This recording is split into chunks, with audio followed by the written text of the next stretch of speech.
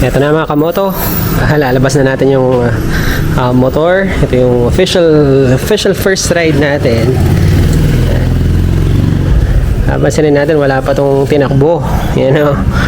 Wala pa tinakbo since na uwi siya sa bahay.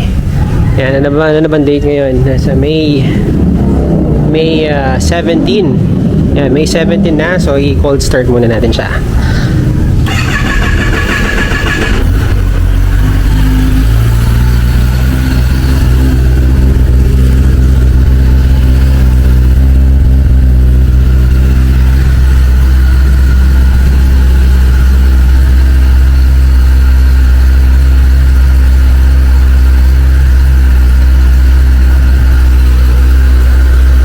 Cold start lang tayo, tapos larga na tayo sa daan.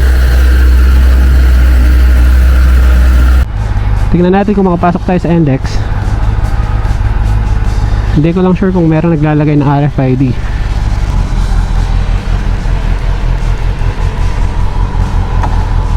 Come on, brother! Sige. Sige, mama. Alay pang kain, muffler. Ha? Alay pang muffler. Oo. Stuck ya pa. Okay na? Kaya bang ba me? Test drive kaya mo.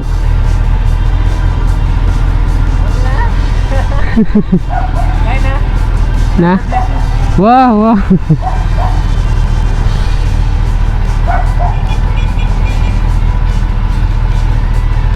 Kapal yan kaya mo. Ano mo to? Dalawin ko nung makapunta ako kayo, NLEX.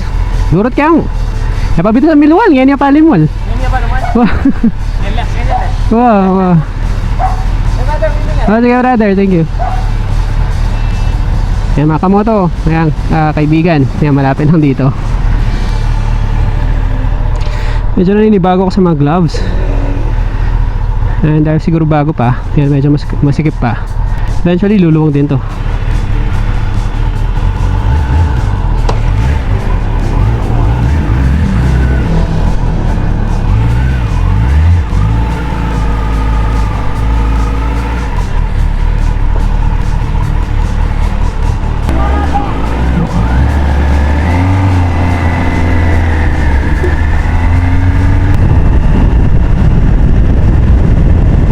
Yan mga kamoto. Medyo nakakapanibago dahil ang tagal nung last ako nagmotor. Yan, medyo hindi muna natin talaga i-rev ng masyado. Medyo naninibago pa, so medyo dahan-dahan lang po muna tayo.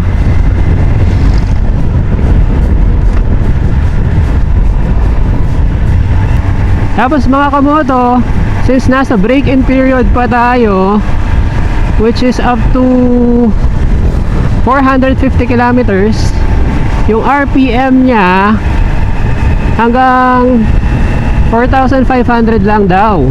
Yan, as per ano ito, as per manual. Yan, as per manual, pag nag-re-rev tayo, o nagre-revolution, hindi siya pwedeng lumampas ng 4,500.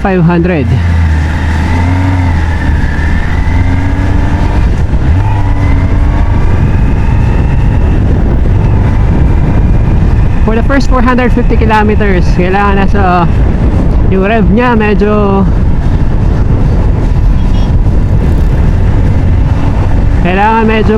hindi siya pinipigang masyado.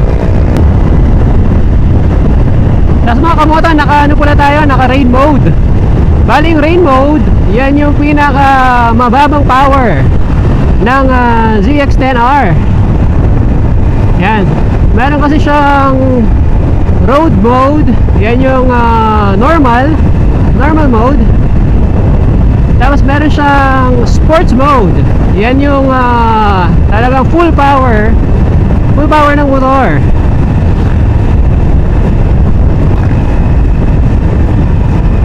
At the moment, naka-rain mode lang tayo dahil medyo kailangan muna nating masanay sa motor.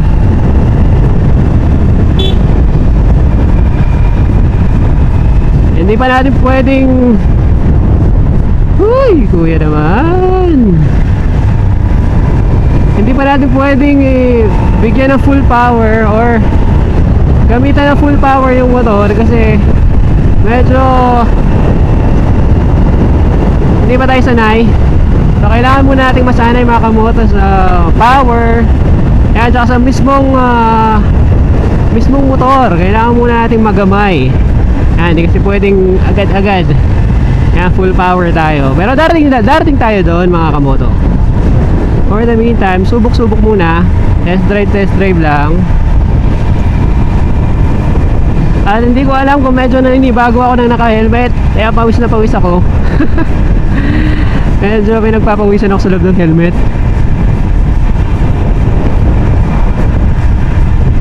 Ang problema, naka-belt bag pala ako mga kamoto.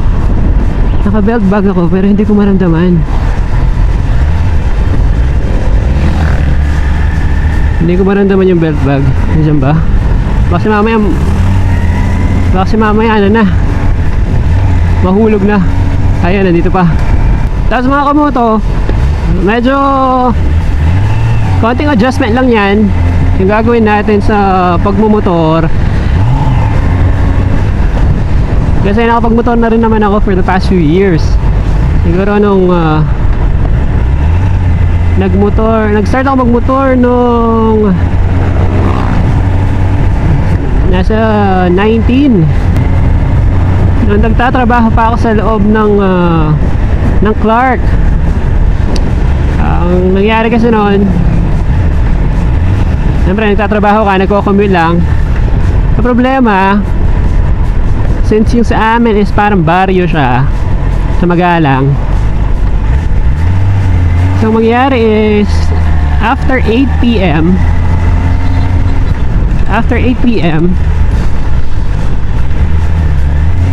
wala lang sasakyan.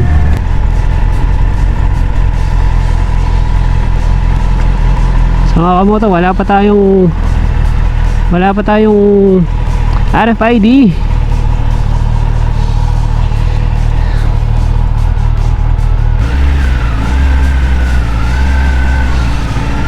Ay, nahirapan akong buksan yung bag ko gamit yung, since naka helmet ako. Sandali lang.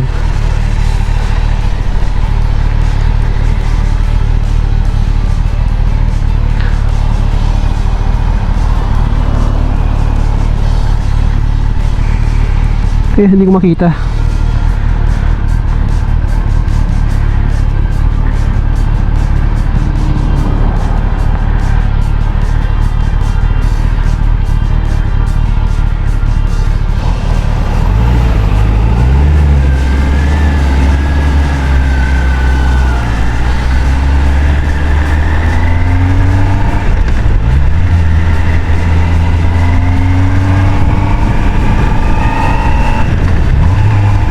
Medyo malamang yung daan dito.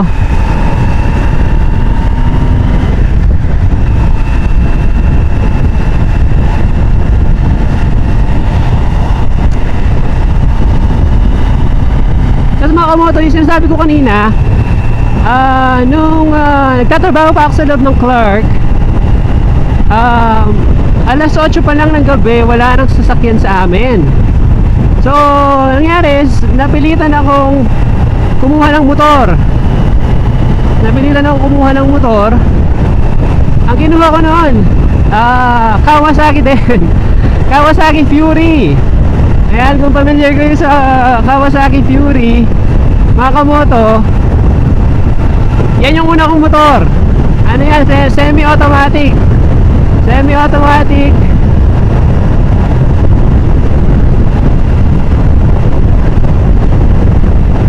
So yan yung pinang-service ko. Yan yung pinag-service ko for the past siguro first 2 years. Yan, 2 years akong 2 years ko ginamit yung Kawasaki Fury. Kaya usong-uso nun yan. Usong-uso yung motor na yan nun. Hindi ko alam kung meron sa inyo yung nakagamit na ng Kawasaki Fury. Ayan, usong-uso yan kasi yung tangke niya nasa harapan. Ayan, nasa harapan. So kulay gray din yung ginamit ko noon, yung pinili kong kulay. Yung kulay gray. Tapos after 1 year, kumuha ulit ako ng another motor, which is yung Kawasaki Rouser 135. Yung palang Fury 125 yan. Tapos yung Rouser, ano yan, nasa 135cc. Yan, tapos tuwang-tuwa ako kasi usong-uso din yung Kawasaki Rouser that time. So anong nangyari? Yan, naging dalawa yung motor ko noon. Naging dalawa yung motor. Minsan ginagamit ko Fury, minsan ginagamit ko naman is yung Rouser. So yun, salitan sila. Ayan, after few years nung napaggamit ng motor, ang ginawa ko noon is binenta ko yung dalawa. Ayan, binenta ko yung dalawa mga kamoto para magkapera ako, para magka-budget ako. Nung binenta ko, bumili ako ng Yamaha R15. Yamaha R15 series. Yan, kung familiar kayo. Yung CC naman nun nasa 150. Nasa 150cc yun. Tapos sports bike siya. Parang yung dati kanya, yung parang sports bike na pero 150cc na. Yan, ganyan yung itsura niya. So nung time na yun, talagang tuwa-tuwa ako kasi parang feeling ko naka sports bike ako pero 150 lang siya. Pero solid din sa'yo ko noon, nabili ko yung motor na yun. Yun lang kasi yung kinain ng budget by that time. Alam ko nabili ko siya ng nasa 100,000 yata, 100,000. Yan, binenta ko yung dalawang motor noon. Tapos yun yung ginamit kong pang service. Pero eventually hindi rin nagtagal yung R15. Kasi yung R15 kasi very aggressive. Very aggressive yung position niya, as in subsob na subsob. Kaya yun din yung reason kung bakit hindi ako nag Yamaha or nag R series. Kasi nga sobrang aggressive niya. Sa ibang vlog siguro discuss ko yung reason kung bakit ZX-10R yung kinuha kong motor. Siguro ibang vlog natin siya pag-usapan. For the meantime, focus muna tayo dito sa pagpa-practice. Pagpa-practice ng Kawasaki ZX-10R. So gamayin muna natin mga kamoto yung motor natin. This first time natin ilabas. Although nag-NLEX naman ako dati, nag-NLEX naman ako talaga ngayon at the moment. So gamit natin yung isa natin sa sasakyan. So yung pagmumotor sa NLEX first time, no? Pero pag sasakyan, hindi naman first time. Sa motor, kasi yung mga motor natin dati 150cc yung pinakamataas kong motor na nagamit dati. Yan, hindi pa pwede pumasok sa sa NLEX. So ito yung pinakaunang motor natin na pinasok natin sa NLEX. Sa NLEX 400, no? 400cc at least yung kailangan para makapasok ka sa NLEX. Yan, so NLEX, ano na po ito? Angeles exit. NLEX Angeles exit. So dito tayo, wala pa tayong RFID. Hindi ko lang alam kung magkaroon tayo ng kung meron pang nag-i-install ng RFID ng ganitong oras po kasi mga kamoto nasa east,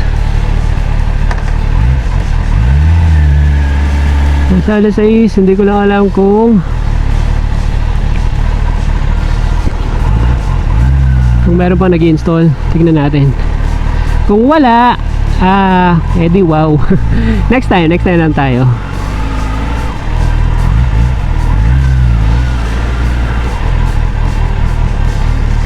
Medyo mahirap kasi yung pumipila kapag kasi yung motor natin mga kamoto is medyo mabigat. Yan, medyo mahirap sila yung maneuver kapag traffic. Yan mga kamoto, alam ko familiar kayo sa Marque Mall. Yan yung mga kapampangan dyan. Pamusta kayo po? very familiar kayo dito sa NLEX Marque Mall. Angeles exit po ito. Yan, tapos may mall which is yung Marque Mall. Tapos imagine yung last vlog natin dito nung kunin natin yung motor, nasa April na yan April 2026. Nasa April 26. So yan, nasa May, ano bang May ngayon? Hindi ako sure. May 18 yata. May 18. Yan, May 18. So di pa natin nalabas. Ngayon pa lang natin nalabas. Kaya yung odo niya nasa 14 kilometers pa lang.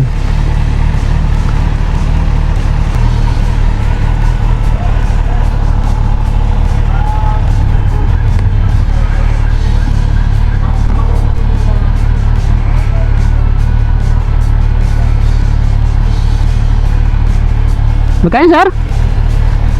Magkano yan? 30. Dati pa mag-install RFID kan? Hanggang lang alas 5? Bukas na din lala. Nana?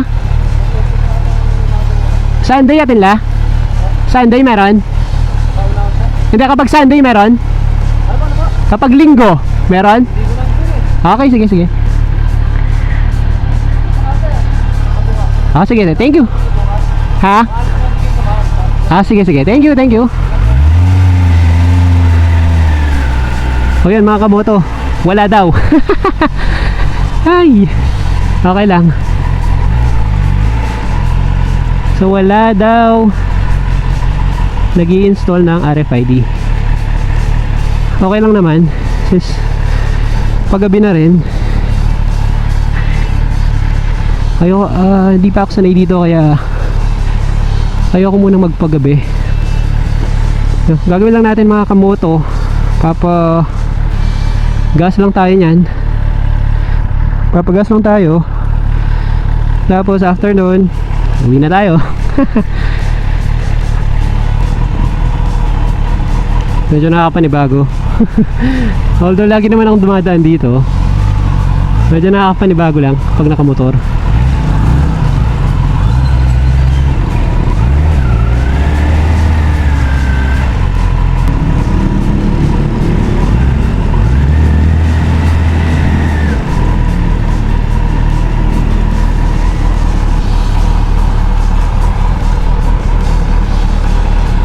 Yan mga kamoto, pag-gas muna tayo. Yan. Yung requirement pala nito, babasahin natin, 95. Yung requirement po pala nito mga kamoto, 95 octane at least. So kung may 95, 97, yan, mas maganda.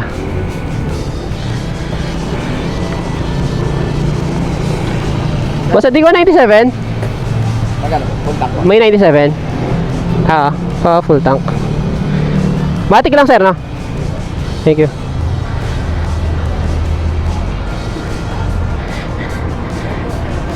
Okay sir, thank you. Yan mga kamoto. So, full tank lang tayo. Yan. Para hindi na tayo gas ulit. Kasi yung ZX-10R mga kamoto, wala siyang fuel gauge. So ang mangyayari is, kapag wala ng gasolina or kapag konti na lang yung gasolina, ang mangyayari is iilaw lang yung warning sign niya. Ito yung warning sign na yun. warning sign na yun. At alam ko 3 liters lang, di ako sure, pero parang 3 liters lang yung capacity niya. Okay na, sir? O sir, matik yan muna, matik. Okay na. Oo, pwede na yun.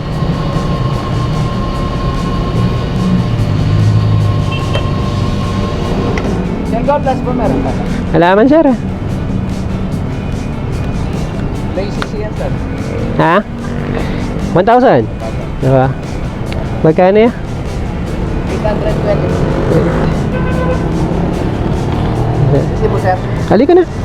Yan, nasa 11 liters yung nakarga natin. Automatic lang.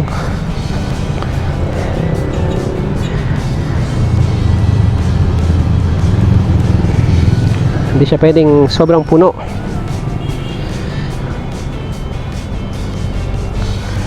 Yan, after dito mga kamoto, balik na tayo sa bahay. Yan, bali naka ilang kilometers lang tayo.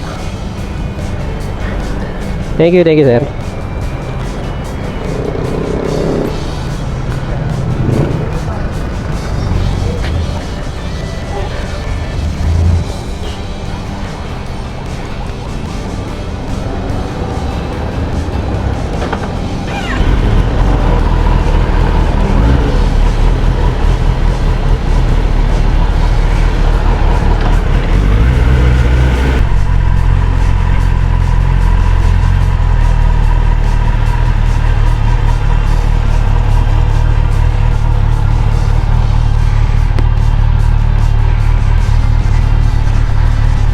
Nakakainis pala yung ano, yung kukuha ka ng ano, ticket, tapos lagi mo sa bag mo. Sige mga kamoto, let's go home.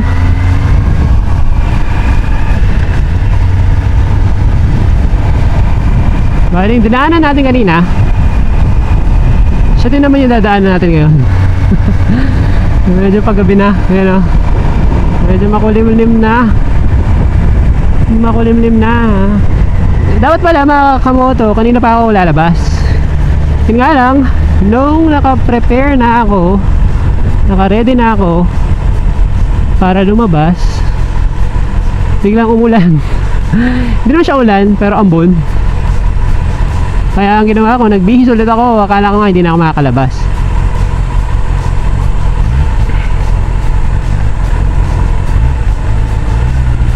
Buti na lang after 30 minutes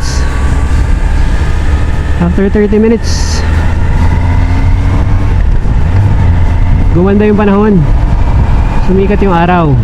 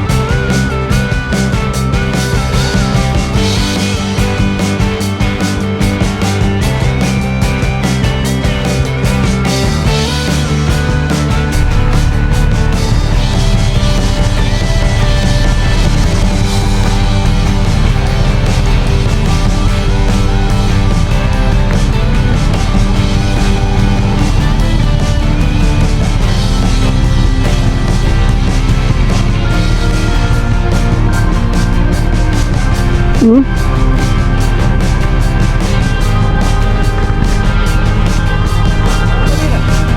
Marky mo. Ha? Marky mo. Marky? Oh, Kasi ka? wala pa. Magpalagyak sa RFID, gala pa lang lasing. Ano? Gala pa lang lasing ko. Sila, pilan yun. Ano yung maka-rain mode ko? Namit ka? Yan peka mababa ng power yan. Banta subukan kayo pa. Na? Kaya pilan? Hala, 100 yan mo. 100? Hmm. Oo, kalupok. Ay, talaga kalupok? Oh, Oo, yadang mo tayo. Chula Farm. Ha? Chula Farm.